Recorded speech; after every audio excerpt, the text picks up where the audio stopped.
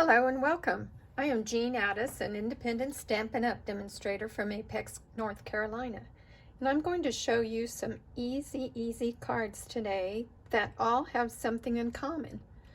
Now, I asked that question on my private Facebook page recently, my Jean's Jewels Crafty Friends on Facebook, what these cards had in common besides using the same stamp set. And speaking of stamp sets, I used the nice Celebrating You with all these wonderful occasions on it. But besides that, what do you see in common? I got some great answers.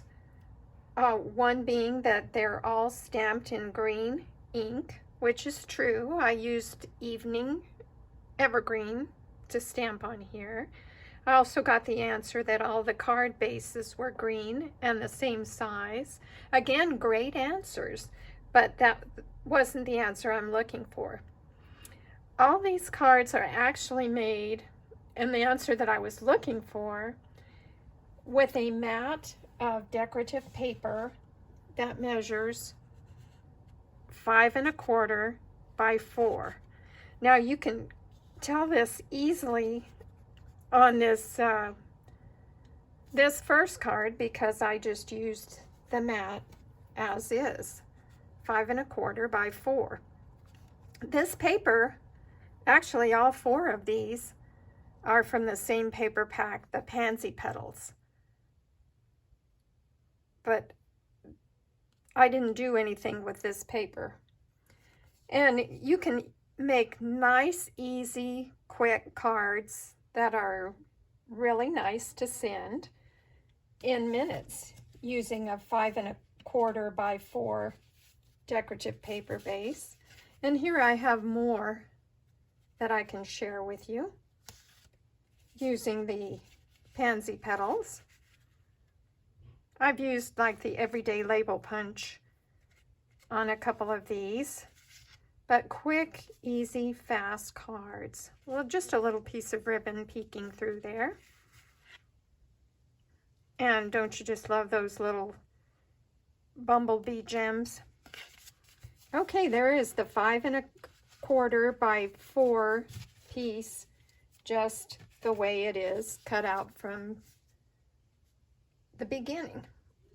To make this card, I simply took the piece of Designer Series paper and scored it at 3/4 of an inch and then folded it over and glued it down. So you could easily do that with any Designer Series paper. This Designer Series paper is from Heart and Home, and you see you just take it and fold it over. You can fold more or less over, starting with the same measurement of 5 1/4 by 4 Designer Series paper.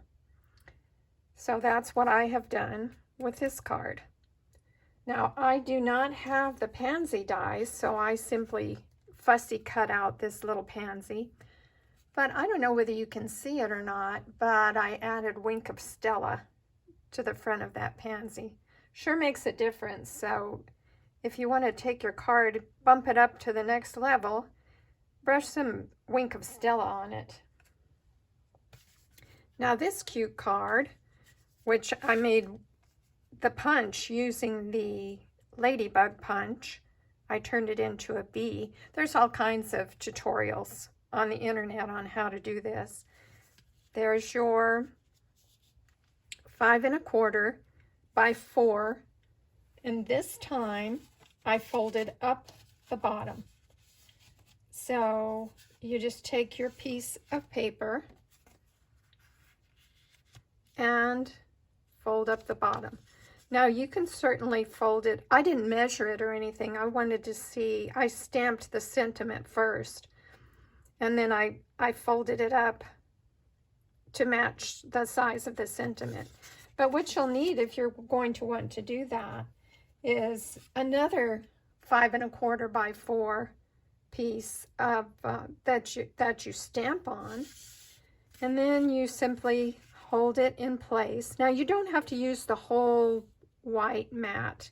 If you don't like to waste paper, you can just use a little bit extra and attach it to the back of this designer series paper, and then simply fold it up, burnish it with a bone folder, and glue it down and mount it on.